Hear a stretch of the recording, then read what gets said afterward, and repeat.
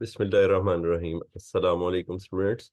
Programming for beginner series का आज 22वां lecture है।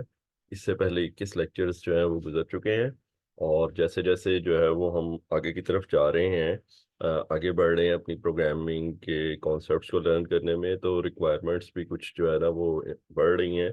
जैसे कि अब हमारे पास ना बहुत सारे प्रॉब्लम्स हमने जो है वो शेयर किए हैं और स्टूडेंट्स ने यकीनन जो है वो उनको प्रैक्टिस किया होगा।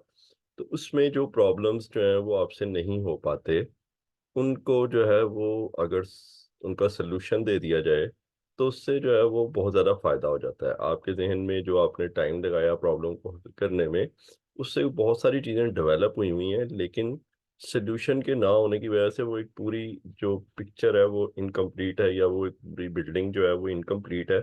तो उसको कंप्लीट कर दिया जाए, उससे जो है वो आपको बहुत ज़्यादा एडवांटेज होगा। दूसरी बात ये कि अगर आपने वो सॉल्यूशन कर लिया था, करेक्टली कर लिया था, तो भी बहुत मुमकिन है कि वो सॉल्यूशन बहुत अच्छा ना हो, या अगर अच्छा हो भी, तो भी उसमें मार्जिन ये है कि अल्टरनेट सॉल्यूशन जो है उसकी तरफ आपका ज़हन ना गया हो। तो ये जो सॉल्यूशन सीरीज़ है, इसमें आपको जो मैं सॉल्यूशन दूँगा उससे जो है वो यकीनन कुछ प्रॉब्लम्स में ज़रूर जो है वो आपको कुछ नए आइडियाज़ मिलेंगे, और उससे जो है वो आपकी प्रोग्रामिंग स्किल्स इम्प्रूव होगी, नए आने वाले प्रॉब्लम्स आपको करने में आसान होंगे। तो आगे चलते हैं। डिसीजन मेकिंग 3 में जो प्रॉब्लम्स शेयर हुए थे, वो आज आपसे उनका सॉल्यूशन डिस्कस करना है। उसमें हमारे पास 6 प्रॉब्लम थे। ऑर्डर 3 वैल्यूज, कैलकुलेट स्वीगेस्ट bill, closest to values, find coordinates and sign, grade calculation, income tax calculation. इसमें सबसे पहला टास्क सबसे सिंपल है, लेकिन इसमें डिस्कशन का मार्जिन बहुत ज़्यादा है। कहते हैं जी 3 नंबर दें, उनको अपने ऑर्डर में लगाना है। ठीक है, तो अगर आपके पास 3 नंबर हों तो उसमें 6 पॉसिबल कॉम्बिनेशन बनते हैं कि ए सबसे छोटा हो और उसके बाद बी और सी, या सी और बी, यानी बी सी से छोटा हो या सी बी से छोटा हो, तो ये 2 कॉम्बिनेशन। फिर बी सबसे छोटा हो और ए और सी आपस में छोटे बड़े हों तो 2 और कॉम्बिनेशन बन जाते हैं। सी सबसे छोटा हो और ए और बी के आपस में, तो ये 6 पॉसिबल कॉम्बिनेशन है, इसके अलावा और कोई कॉम्बिनेशन नहीं है। तो बेसिकली तो आपने ये 3 जो है इन 6 में से कोई एक कॉम्बिनेशन जो है वो चूज़ करना है, लेकिन किस बेस पे? कंडीशन की बेस पे। तो वो किस तरह करेंगे? चलते हैं, डिस्कशन करते हैं। सबसे पहले ज़ाहिर है आपने तीनों वैल्यूज़ रीड कर ली। अब उसके बाद मैंने एक जो टेक्नीक यूज़ किया उसमें ये है कि मैंने N1, N2, N3 वाली जो सबसे पहली ऑप्शन है, उसको मैंने बाय डिफ़ॉल्ट रख लिया है। बाकी 5 को मैं कंडीशंस के साथ चेक करूँगा, अगर कंडीशन जो है वो मैच करती हुई तो इस रिज़ल्ट को चेंज कर लेंगे प्रिंटिंग से पहले, वरना ये वाला रिज़ल्ट तो हमारे पास पड़ा ही हुआ है। सो N1 अगर N3 से छोटा है और N3 N2 से छोटा है, तो वो कहता है तरतीब चेंज कर दो, N1 N3 N2 कर दो। जो ऊपर वाली सेकंड लाइन है उसमें N1 N2 N3 थे। नहीं, अगर ये नहीं है तो N2 छोटा होगा सबसे और N1 उससे बड़ा होगा और N3, तो फिर ये तरतीब लगा लो। ये भी नहीं है तो फिर ये सारी तरतीब बनेगी कि N2 जो है वो N3 से छोटा है और N3 जो है ये N1 से छोटा है। यहाँ पे फिर एक छोटी सी मिस्टेक है, यहाँ पे N3 आना था 1 की जगह। खैर, N3 N1 से छोटा है, N1 N2 से छोटा है, N3 N2 से छोटा है, N2 N1 से छोटा है, तो ये 5 चेक लग गए। और इनमें से जो भी तरतीब आएगी 6 में से वो रिजल्ट में आ जाएगी। आप आखिर में रिजल्ट को प्रिंट कर लेंगे। इसी का एक दूसरा सोल्यूशन है जिसमें हम डायरेक्ट प्रिंट ही कर रहे हैं, बजाय इसके कि रिजल्ट को स्टोर करें। Print N1 N2 N3, print N1 N3 N2, print N2 N1 N3, print N2 N1 N3, print N3 N1 N2 और प्रिंट N3 N2 N1। तो ऐसे भी आप कर सकते हैं कि आप रिजल्ट्स को स्टोर करने की बजाय डायरेक्ट प्रिंट करते रहें, जो भी ऑप्शन इनमें से सेलेक्ट होगी वो प्रिंट हो जाएगी। अच्छा, यहाँ पे रुक के एक और बात बताता चलूं जो कि बहुत इंपॉर्टेंट है। यहाँ पे अगर हम ये EL हटा देते हैं, ये जो एलिफ एलिफ एलिफ ये लिखा हुआ है ना, ये जो इफ एल्स का स्ट्रक्चर है पाइथन में, इसमें से EL अगर हटा भी देते हैं तो भी ये प्रोग्राम बिल्कुल ठीक है। लेकिन लेकिन अगर आपके पास पहली कंडीशन ट्रू हो गई है, तो भी नीचे वाली सारी कंडीशंस चेक होंगी, क्योंकि कंप्यूटर्स जो है वो इंटेलिजेंट नहीं है। कंप्यूटर जो है वो मशीन है जो कि इंस्ट्रक्शंस को तेजी के साथ जो है वो एग्जीक्यूट करती हैं। ठीक है, और करेक्टली एग्जीक्यूट करती हैं। तो आपने इंटेलिजेंस खुद डालनी है। तो एल लिफ्ट जो है वो क्या करता है, वो एक स्ट्रक्चर आ जाता है कि अगर ऊपर वाली कंडीशन ठीक है तो फिर एल्स में हम जाएंगे नहीं। एल्स का मतलब ये है कि ऊपर वाली कंडीशन जो है वो फॉल्स थी। ठीक है ना, यानी जैसे आप जो है वो अगर कोई चीज लेने गए हैं मार्केट से, फॉर एग्जांपल लेट्स सपोज आप जो है वो टमाटर लेने गए हैं, ठीक है, सब्जी बनाने के लिए या सालन बनाने के लिए। तो वो टमाटर अवेलेबल नहीं है, तो अब आप दही के बारे में सोचेंगे कि चलें कोई अल्टरनेटिव ले लें। लेकिन अगर टमाटर ही अवेलेबल थे तो फिर आप दही की बात नहीं करेंगे, दही का नहीं पूछेंगे, आप वापस आ जाएंगे। तो ये एक जो है वो स्ट्रक्चर होता है जो आपके जहन में था, आपने अप्लाई कर दिया। यहाँ पे आपने प्रोग्राम में ये इस तरह से सोल्यूशन डालते हुए अगर एलसिफ डाल लेंगे तो ये ज़्यादा बेहतर अप्रोच है। ख़ास तौर पे अगर इसी को हम लूप में आगे चल के डाल देंगे, इन्हीं कंडीशंस को हमने 10 लाख दफ़ा एग्जीक्यूट करना है, तो ये आपका प्रोग्राम ऑन एवरेज जो है वो 10 lakh multiply by 3 30 lakh time faster है उस प्रोग्राम से जिसके अंदर खाली इफ डले हुए हैं। ठीक है, इसकी मैं डिटेल आगे भी किसी वक्त शेयर करूंगा। आगे चलते हैं। सोल्यूशन 3 था एक और, ये भी इंटरेस्टिंग सोल्यूशन है, अगरचे थोड़ा कॉम्प्लेक्स लगेगा। रिजल्ट तो उसी तरह ही हमने रख लिया, n1 लेस देन n2 है और n2 लेस देन n3 है। अब ये नेस्टेड इफ लगाया है। ठीक है, नेस्टेड इफ से क्या फर्क पड़ेगा, क्या फायदा होगा, क्या नुकसान होगा, ये डिस्कस करेंगे बाद में। पहले सोल्यूशन एक दफा देख लें। तो n1 अगर लेस देन n2 है ना, तो आपके पास 3 ऐसे कॉम्बिनेशन हैं जिनमें n1 टॉप पे नहीं जा रहा। ठीक है, यानी n1 राइट मोस्ट पोजीशन पे नहीं आ रहा। n1 या तो फर्स्ट पोजीशन पे आ रहा है या n1 जो है वो सेकंड पोजीशन पे आ रहा है। ठीक है, तो ये सारे किसमें है, n1 अगर लेस है n2 से। अलबत्ता अंदर अगर हम आते हैं तो फिर हम देख रहे हैं n2 लेस देन n3, तो ये पहली कंडीशन, पहली जो वो आपके पास पॉसिबिलिटी है n1 n2 n3 वो लग गई। हाँ, अगर वो नहीं है तो क्या n1 लेस है n3 से, अगर ये है तो फिर n1 n3 n2 कर लें। और अगर ये भी नहीं है तो फिर तीसरी और आखिरी पॉसिबिलिटी क्या है कि n3 n1 n2। ये 3 पॉसिबिलिटीज वो वाली हैं जिनमें n1 जो है वो n2 से पहले आ रहा है। इसके बाद हम एल्स में चले जाएंगे कि क्या आपके पास n1 जो है वो लेस देन n3 है, तो फिर आपके पास ये वाली 3 पॉसिबिलिटीज हैं, n2 n1 n3। n2 अगर लेस देन n3 है तो फिर ये एक और पॉसिबिलिटी है और आखिरी पॉसिबिलिटी। अच्छा, अब आप फर्क जो है वो इसका कंपैरिजन करेंगे इसके साथ, इन दोनों सॉल्यूशंस के साथ।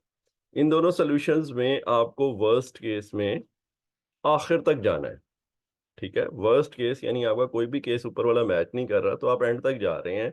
और अगर हम बहुत ही रफ कैलकुलेशन करें तो इसका मतलब है हर एक कंडीशन के अंदर 2 कंडीशंस हैं, कंपोजिट कंडीशन है। तो रफली आप कोई 10 कंडीशंस चेक कर रहे हैं। ठीक है, किसी केस में कम होंगी, 8 हो जाएंगी, 7 हो जाएंगी। लेकिन अगर हम यहाँ पे आए इस सोल्यूशन में जो कि थोड़ा सा आपको बज़ाहिर कॉम्प्लेक्स लगेगा, इसमें देखें अगर आपके पास पहले वाली इफ कंडीशन ठीक हो गई है, पहले वाली इफ कंडीशन ट्रू हो गई है, तो आपने इसी स्ट्रक्चर में ही रहना है और 3 में से कोई एक, 2 ऑप्शंस चूज कर लेनी है। 3 में से कोई 2 कंडीशंस चेक करनी है मजीद और ये आपका सोल्यूशन हो जाएगा। तो टोटल कितनी कंडीशंस आपने चेक की, पहली, दूसरी, तीसरी। ये वर्स्ट केस था। अगर आपकी पहली कंडीशन फॉल्स हो गई है तो आप नीचे आ जाएंगे। आप ये जो else if n1 is less than n3 है, इस पे आ जाएंगे। दूसरी कंडीशन अगर ये भी फॉल्स हो गई तो n2 लेस देन n3, तो ये तीसरी कंडीशन। तो किसी भी केस में आप मैक्सिमम 3 कंडीशंस चेक कर रहे होंगे, इससे ज्यादा कंडीशंस जो है वो चेक नहीं हो रही होंगी। तो ये सोल्यूशन जो कि थोड़ा सा कॉम्प्लेक्स लग रहा है, ये ज्यादा जो है वो क्विक है, फास्टर है। ठीक है, इन चीज़ों पे हम डिस्कशन डिटेल से आगे भी करेंगे। आगे चलते हैं। टास्क 2 था जी, कैलकुलेट सुई गैस बिल। सुई गैस बिल के आपके पास जो है यूनिट्स दिए हुए हैं, 3 रेट्स दिए हुए हैं कि अगर आपने जो है वो बहुत इकोनॉमिकली सुई गैस खर्च की है तो फिर आपको सबसे कम वाला रेट लग जाएगा। अगर आपने जो है वो दरमियान में की है तो फिर आपको दरमियान वाला रेट पड़ जाएगा। और अगर आप मैक्सिमम पे चले गए हैं, यानी 200 से भी ऊपर यूनिट्स कंज्यूम कर लिए हैं, फिर आखिरी वाला रेट लग जाएगा। ठीक है, ये रेट्स अमूमन जो है वो रखे जाते हैं डिस्करेज करने के लिए ओवर यूजेज को, यानी इनकरेज किया जाता है कि आप इकोनॉमिकल यूज करें, लेकिन बहरहाल इसमें लिमिटेशन है। हम इस बहस में तो नहीं अभी जा रहे, लेकिन हम सोल्यूशन की तरफ जाने की कोशिश करते हैं। तो सबसे पहले जो है वो ये है कि आपने यूनिट्स रीड कर लिए, फिर आपने डिटरमिन करना है कि यूनिट्स जो हैं वो किस कैटेगरी में फॉल कर रहे हैं। 100 या उससे कम है तो रेट 1, 100 से ज़्यादा है और 200 या उससे कम है तो रेट 2, और 200 से भी ज़्यादा है तो रेट 3। तो इसका सोल्यूशन देखते हैं। आसान सा सोल्यूशन है, रेट 1, रेट 2, रेट 3 लग गया। ठीक है, इनपुट हो गया, चार्जेस जो फिक्स चार्जेस हैं वो भी इनपुट हो गए और यूनिट्स भी इनपुट हो गए। ये तीनों चीज़ें इनपुट कर ली आपने। उसके बाद आपने देखा अगर रेट लेस देन 100 था तो अमाउंट को आपने कैसे कैलकुलेट करना है, यूनिट्स को R1 से मल्टीप्लाई करनी है। लेकिन अगर यूनिट्स जो है वो 100 से कम नहीं है तो फिर हम एलसीएफ में आएंगे, और यूनिट्स 200 से कम है या इक्वल है तो यूनिट्स को मल्टीप्लाई कर दिया R2 से, और तीसरे केस में R3 से। और फिर आपने जो है वो टोटल अमाउंट प्रिंट करते हुए अमाउंट में क्या ऐड कर देना है, चार्जेस ऐड कर देने हैं। ये एक ब्रैक पैरेंथेसिस जो है वो क्लोजिंग मिसिंग है, ये डाल लीजिएगा। ठीक है, तो सिंपल टास्क था। टास्क 3 की तरफ चलते हैं जी। टास्क 3 क्या है, print read 3 integers and print the two closest values. ठीक है, तो इसमें जो है वो आप मैं इंटरेक्शन कर रहा होता तो मैं यकीनन आपसे पूछता कि क्या पॉसिबिलिटीज हैं इसकी। ठीक है, तो आप भी पॉज करके पहले अगर पेपर पेंसिल लेके पॉसिबिलिटीज लिख लें तो आपका माइंड थोड़ा सा जो है वो इस पे ट्रिगर हो जाएगा, प्रॉब्लम आपको ज्यादा आसानी से समझ आने लग जाएगी अगर अभी तक समझ नहीं आई थी। तो दो तीन पॉसिबिलिटीज हैं कि N1 N2 क्लोजेस्ट हो, N1 N3 क्लोजेस्ट हो, N2 N3 क्लोजेस्ट हो। क्लोजेस्ट से मुराद ये है कि इनका आपस का जो फासला है वो कम से कम हो, और वो किसी भी वक्त तरफ क्लोजेस्ट हो सकते हैं। यानी ये भी हो सकता है कि N1 बड़ा हो और N3 छोटा हो लेकिन उनके दरमियान में गैप कम से कम हो, और ये भी हो सकता है कि N1 छोटा हो और N3 बड़ा हो और उनके दरमियान में गैप कम से कम हो। तो इसको कैसे कैटर करना है इन तीन पॉसिबिलिटीज को, इसके लिए सोल्यूशन देखते हैं। ये हमने तीनों वैल्यूज रीड की, उसके बाद मैंने जो सोल्यूशन दिया है उसमें मैंने डिफरेंस फाइंड कर लिया है 1 2 का, 2 3 का और 1 3 का। ठीक है, 1 2 का, 2 3 का और 1 3 का आपस में डिफरेंस फाइंड कर लिया है। अब ये डिफरेंस जो है ये नेगेटिव में भी हो सकता है, अगर वैल्यूज की तरतीब जो है वो डिफरेंट हुई तो इसको सबसे पहले क्या करें, पॉजिटिव कर लें। ठीक है, क्योंकि क्यों पॉजिटिव करना है, इससे नंबरों को कुछ फर्क नहीं पड़ेगा लेकिन हमारा कंपैरिजन जो है वो आसान हो जाएगा। कि अगर कोई भी डिफरेंस नेगेटिव में था तो उसको पॉजिटिव कर लिया ताकि सारे डिफरेंस पॉजिटिव में आ जाएं। और अब हम जो है वो कंपैरिजन शुरू कर देंगे कि अगर डिफरेंस बिटवीन 1 2 इज स्मॉलर तो फिर इसका मतलब है 1 और 2 क्लोजेस्ट हैं। अगर डिफरेंस 2 3 का सबसे कम है तो इसका मतलब है कि 2 और 3 सबसे क्लोजेस्ट हैं। और एल्स में तीसरी पॉसिबिलिटी बगैर चेक किए दे देंगे, क्योंकि अगर पहले दो क्लोजेस्ट नहीं है तो फिर पहला और तीसरा जो है वो क्लोजेस्ट होंगे। ठीक है, तो ये सिंपल टास्क है लेकिन इसमें थोड़ी सी प्री वर्किंग थी। प्री वर्किंग क्या थी, हमने डिफरेंस कैलकुलेट किए, फिर एक और वर्किंग क्या थी, डिफरेंस को पॉजिटिव कर लिया। ठीक है, स्टूडेंट शायद ये तो करते हैं कि डिफरेंस निकालते हैं लेकिन फिर डिफरेंस में फंस जाते हैं कि कोई डिफरेंस नेगेटिव आ रहा है और कोई पॉजिटिव आ रहा है, तो सबसे पहले क्या करें, उसको पॉजिटिव करके फिर उसके ऊपर कंपैरिजन कर लें। ठीक है, तो टास्क 4 पे चलते हैं। Find quadrants and science. ये प्रॉब्लम बहुत आसान है लेकिन इसमें भी अगेन सीखने का मार्जिन बहुत ज़्यादा है। ठीक है, जिन लोगों को 2D कोऑर्डिनेट्स याद हैं तो उनके लिए तो ये बहुत आसान है, वरना अगेन मैं दोबारा कहूँगा इसको पॉज करें यहाँ पे और जाकर 2D कोऑर्डिनेट्स जो है वो पढ़ लें। ठीक है, फिर इस प्रॉब्लम को करने की कोशिश करें। तो 2D कोऑर्डिनेट्स जो है उसको क्विकली देखते हैं कि उसमें क्या होता है। आपके पास चार कोऑर्डिनेट्स होते हैं 2D, उसमें पहला क्वाड्रेंट जो है उसमें एक्स वाई दोनों पॉजिटिव होते हैं, दूसरे क्वाड्रेंट में एक्स नेगेटिव वाई पॉजिटिव होता है, तीसरे में दोनों एक्स वाई नेगेटिव होते हैं और चौथे में एक्स पॉजिटिव होता है वाई नेगेटिव होता है। इसके साथ साथ ये तो चार क्वाड्रेंट हो गए। इसके साथ साथ जहाँ पे एक्स पॉजिटिव है वहाँ पे कॉज पॉजिटिव है, जहाँ पे एक्स नेगेटिव है वहाँ पे कॉज नेगेटिव है, जहाँ पे वाई पॉजिटिव है वहाँ पे साइन पॉजिटिव है, और जहाँ पे वाई नेगेटिव है वहाँ पे साइन नेगेटिव है। ठीक है, तो ये सारी इंफॉर्मेशन हमें प्रिंट करवानी है एक्स वाई की वैल्यू के ऊपर। तो इसको करने के भी मल्टीपल वेज हैं। पहला तरीका देखते हैं, एक्स वाई को लिया, फिर हमने क्वाड्रेंट जो है वो 1 कॉस साइन पॉजिटिव, ये हमने डिफॉल्ट वैल्यूज ले ली। डिफॉल्ट वैल्यूज लेने के बाद हमने क्या किया, सबसे पहले क्वाड्रेंट पे काम कर लिया। क्वाड्रेंट जो है वो देख लिया कि अगर x नेगेटिव था तो फिर क्वाड्रेंट 2 होगा या 3 होगा, लेकिन उसके साथ साथ y को भी देख लिया। अगर आपके पास x जो है वो पॉजिटिव है लेकिन y नेगेटिव है तो फिर क्वाड्रेंट 4 है। तो ये क्वाड्रेंट 1 2 3 4 डिसाइड हो गए। x जहाँ पे 0 है वहाँ कॉस नेगेटिव है, जहाँ पे y 0 है वहाँ साइन नेगेटिव है। इसको प्रिंट कर लिया, क्वाड्रेंट को, साइन को और कॉस को। ठीक है, एक ये तरीका था। एक और तरीका जो मेरे समझ में आया और मैं आपसे शेयर करना मुनासिब समझा, वो तरीका ये था कि हम इसको इकट्ठे ही कर लें। ठीक है, इसको अच्छा, ये मैं पीछे की तरफ ले गया इसको, माजरत चाहता हूँ। सोल्यूशन 2 में एक तरीका ये है कि हम जहाँ पे क्वाड्रेंट डिसाइड करें वहीं पे साइन कॉस भी चेंज कर लें। साइन कॉस जो है वो सिर्फ वहां पे चेंज होंगे जहाँ पे साइन नेगेटिव जाएगा या एक्स नेगेटिव जाएगा या वाई नेगेटिव जाएगा, वरना दोनों पॉजिटिव ही रहेंगे। तो हर एक के अंदर हर चीज को नहीं छेड़े, लेकिन जैसे देखें अगर एक्स लेस देन 0 और वाई लेस देन 0 है तो वहां पे कॉस भी नेगेटिव और साइन भी नेगेटिव कर दिया। वरना या तो कॉस नेगेटिव कर रहे हैं या साइन नेगेटिव कर रहे हैं, अदरवाइज डिफॉल्ट में कॉस भी पॉजिटिव है, साइन भी पॉजिटिव है। तो ये भी एक सोल्यूशन जो है वो मुमकिन था। टास्क 5 है जी, grade read marks out of 100, calculate and print the student grade using the grading scheme. लंबी चौड़ी ग्रेडिंग स्कीम है लेकिन सवाल इतना मुश्किल नहीं है, थोड़ा सा लेंथी है। ठीक है, तो हमने शुरू कर देना है। मार्क्स करने के बाद ग्रेड ए कर लिया मैंने, और फिर मैंने कंडीशन लगानी शुरू कर दी कि अगर मार्क्स लेस देन 50 थे तो ग्रेड ए नहीं था बल्कि ग्रेड बहुत बुरा था। अल्लाह करे किसी भी स्टूडेंट का ये ग्रेड ना आए और स्टूडेंट्स जो हैं वो मेहनत भी करें और उनके साथ कोई मिस हैप भी ना हो। हमेशा ये नहीं होता कि स्टूडेंट्स जो हैं वो फेल सिर्फ इस वजह से ही होते हैं कि वो पढ़ते नहीं हैं। ठीक है, ये दुनिया का निज़ाम है, दुनिया में जो है वो मुश्किलात आ जाती हैं, कोई एक्सीडेंट हो जाता है, कोई बीमारी हो जाती है, कुछ और प्रॉब्लम्स भी हो सकती हैं। तो इस तरह की चीज़ें साथ साथ चलती हैं, लेकिन कोशिश करें तो इन चीज़ों को मिनिमाइज किया जा सकता है। तो खैर, हम आगे चलते हैं। ठीक है, मैं सिर्फ ये बताना चाह रहा था कि स्टूडेंट्स के साथ जो है वो हमारे सेंटिमेंट्स हैं, हमारी दुआएं हैं कि अल्लाह ताला स्टूडेंट्स को हमेशा कामयाब करे, और हमारी कोशिश भी यही होती है। आगे चलते हैं जी। अगर मार्क्स जो है वो लेस देन 55 है तो ग्रेड डी। मार्क्स अगर इसी तरह ही 58, 61, 65, जो भी ग्रेडिंग स्कीम है सारी की सारी वो पहले शेयर हुई भी है, तो वो आप सारे के सारे चेक्स लगा देंगे।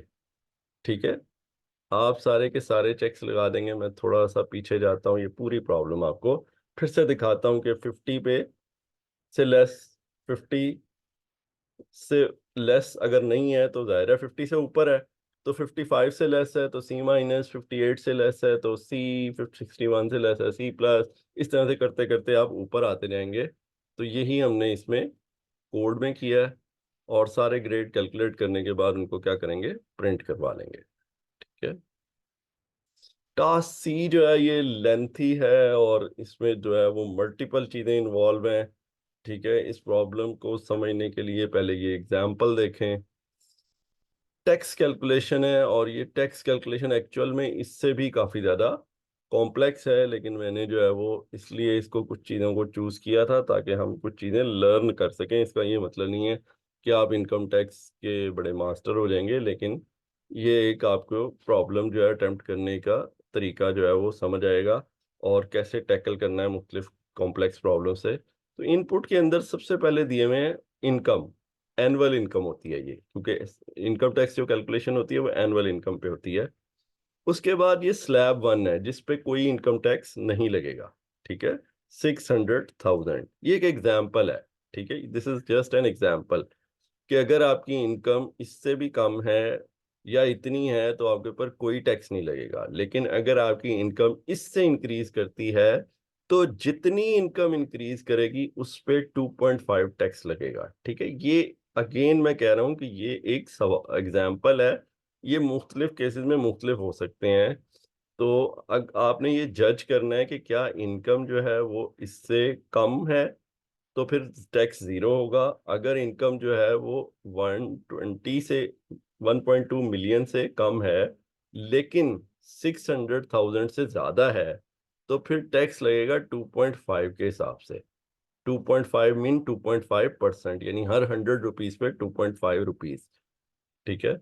अगर आपकी इनकम जो है वो 1.2 से भी ज्यादा है और 2.4 से कम है, ठीक है, या बराबर है, तो अब दो चीजें होंगी। एक तो आपका रेट जो है वो 2.5 से जंप किया है और 12.5 पे आ गया है। ठीक है, एग्जाम्पल है अगेन, ये हो सकता है इससे आहिस्ता बढ़ता, लेकिन मैंने एक एग्जाम्पल लिए, 12.5 है और 15,000 फिक्स चार्जेस भी हैं। ठीक है। सो 15,000 फिक्स चार्जेस कहाँ से आए, अगर आप ये देखना चाहें तो आप 1.2 को 2.5 से मल्टीप्लाई कर दें, 15,000 आ जाएंगे। तो तरीका ये होता है कि आप टू जो इनकम आया आपकी, लेट सपोज 2.2 मिलियन है, 2.2 मिलियन में से 1.2 मिलियन निकाल दें, 1 मिलियन बची। 1 मिलियन के ऊपर रेट लगाएंगे 12.5 का और 15,000 ऐड कर लेंगे। इसी तरह से आगे चलते जाएंगे और डिटरमिन करते जाएंगे कि आपकी इनकम किस स्लैब में आ रही है, उसके मुताबिक जो है वो रेट चूज कर लेंगे और टैक्स भी चूज कर लेंगे। लेकिन सबसे पहले, अब सोल्यूशन की तरफ जब चलेंगे, तो सबसे पहले इनपुट रीड करनी है, तो वो अच्छे तरीके से इनपुट रीड करनी है। ये बिल्कुल उसी तरह से ही है जैसे अगर आपने खाना पकाना है तो साफ सुथरी चीजें लेनी है और उनको धो लेना है। तो ये बिल्कुल उसी तरह से जो है वो मैं अक्सर प्रोग्रामिंग को कुकिंग के साथ जो है वो एनालॉजी देता हूँ। तो यहाँ पे भी आपने इनपुट बहुत अच्छे तरीके से लेनी है। ठीक है, इनकम इक्वल टू इंट, ये तो सीधी आ गई। फिर स्लैब वन भी सिंपल थी, लेकिन उसके बाद स्लैब टू फिक्स्ड R2। अब ये मैं फिक्स्ड वन करता, R1 करता, तो अब ये जो है ना आगे जाके लॉजिक बनाते हुए मैं जो है वो सोच में ही पड़ा रहता है कि कहाँ पे कौन सा रेट लगाना है, कहाँ पे क्या लगाना है। अब आप आगे देखेंगे कि चूंकि मैंने ये वेरिएबल्स जो है बहुत सोच समझ के लिए हैं, प्रॉपर वर्किंग के साथ लिए हैं, तो आगे जाके बड़े आसानी के साथ हम इसको सॉल्व कर लेंगे। ठीक है। सो स्लैब वन, फिक्स्ड वन मेरे पास था ही कोई नहीं, उसको मैंने इग्नोर कर दिया। R1 था ही कोई नहीं, उसको भी इग्नोर कर दिया। अगर आपकी स्लैब वन ही हुई तो फिर आपको टैक्स जीरो पड़ना है। ठीक है, उसमें कुछ भी नहीं ऐड होना। लेकिन उसके बाद जो है वो जीरो भी हमने रीड किया हुआ है और सब कुछ रीड किया हुआ है। आखिरी लाइन में स्लैब नहीं दी हुई, आखिरी लाइन में सिर्फ फिक्स्ड और रेट दिए हुए हैं। ठीक है, फिक्स्ड कितने आपको टैक्स पड़ना है और रेट, तो आपने दो चीजें रीड करनी है, बाकी चार जगहों पे आपने तीन चीजें रीड करनी है। और हम सोल्यूशन की तरफ चलते हैं। अगर इनकम लेस देन इक्वल है स्लैब वन, तो टैक्स जीरो। अगर इनकम जो है वो लेस देन इक्वल है स्लैब टू, इसका क्या मतलब है, क्योंकि मैंने एलसिफ लगाया हुआ है, तो इसका मतलब है इनकम स्लैब वन से ज्यादा है, वरना हम पिछले उसमें ही टैक्स जीरो करके निकल जाते हैं इस स्ट्रक्चर से बाहर, क्योंकि इफ एल्स का जो स्ट्रक्चर है वो कनेक्टेड होता है।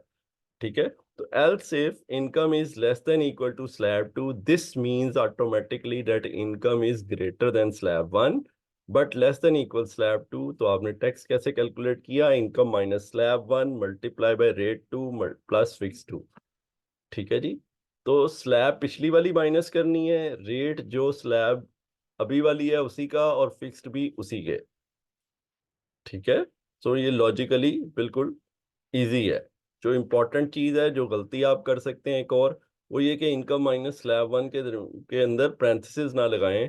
तो फिर क्या होगा कि इनकम जो है वो माइनस होने से पहले ही स्लैब वन मल्टीप्लाई हो जाएगी रेट टू से, और टैक्स जो है उसका बेड़ा गर्क हो जाएगा। तो आपने ध्यान से ये पैरेंथेसिस लगानी है इनकम माइनस स्लैब वन के इर्द गिर्द, ताकि पहले ये सब्ट्रैक्शन हो जाए और फिर रेट लग जाए। अच्छा जी, अगर आपकी इनकम लेस देन इक्वल है स्लैब थ्री के, तो इसका क्या मतलब है, इसका यकीनन ये मतलब है कि आपकी इनकम स्लैब टू से ऊपर है और स्लैब थ्री से लेस या इक्वल है। तो आपने income minus slab to multiply by rate three plus fix three. ठीक है। तो ये कंसिस्टेंटली आपने करना है। और एक और चेक जो है वो मैं आपको आगे चल के बताऊंगा, जो कि बड़ी आसानी से आप इसको वेरीफाई भी करेंगे। अगर income less than equal slab four है, तो फिर आपके पास income minus slab three rate four fix four. Income less than equal slab 5 है तो income minus slab 4, rate 5, fixed 5। Else के केस में income minus slab 5, rate 6, fix 6। ठीक है, तो अब इसके अंदर वेरिफिकेशन क्या है? अगर आप राइट साइड पे देखें तो fix 6, fix 5, fix 4, fix 3, fix 2 consistently हम ऊपर आ रहे हैं।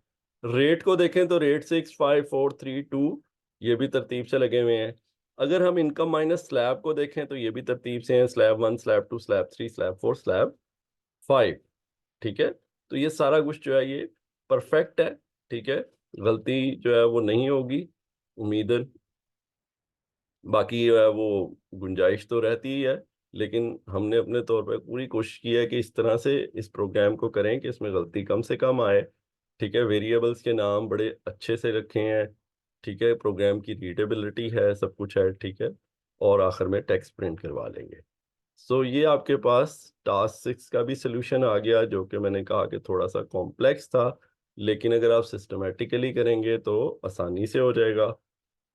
और ये शायद आज का लेक्चर थोड़ा-सा लेंथी भी हो गया क्योंकि इसमें डिस्कशन काफ़ी ज़्यादा थी, और लेकिन मैं उम्मीद करता हूँ कि इससे आपने बहुत कुछ सीखा होगा, और आप अब दोबारा जाके एक दफ़ा जो प्रॉब्लम मिस हुए थे उनको कर लें, और अगर आपने प्रॉब्लम किसी और तरीके से किए थे तो इस तरीके से भी करके देख लें। ठीक है, जो प्रोग्रामिंग है उसमें बार-बार एम्फसाइज़ करूँगा कि करने में इम्पोर्टेंट है। ठीक है, कि आप प्रॉब्लम को सॉल्व करें। सॉल्यूशन देखने से बात नहीं बनेगी, सॉल्यूशन देखने से बात नहीं बनेगी। आप करेंगे तो फिर आपके हाथ भी यूज़्ड टू होंगे, दिमाग के अंदर स्ट्रक्चर्स भी बहुत अच्छे से बन जाएँगे, और आपकी प्रोग्रामिंग बहुत अच्छी इम्प्रूव होगी। ठीक है, इसके साथ ही जो है वो आज का लेक्चर ख़त्म करते हैं। उम्मीद है कि आप ये सारे प्रोग्राम सॉल्व कर लेंगे, और इन अगले लेक्चर में फिर हमारी मुलाकात होगी। तब तक के लिए अल्लाह हाफ़िज़।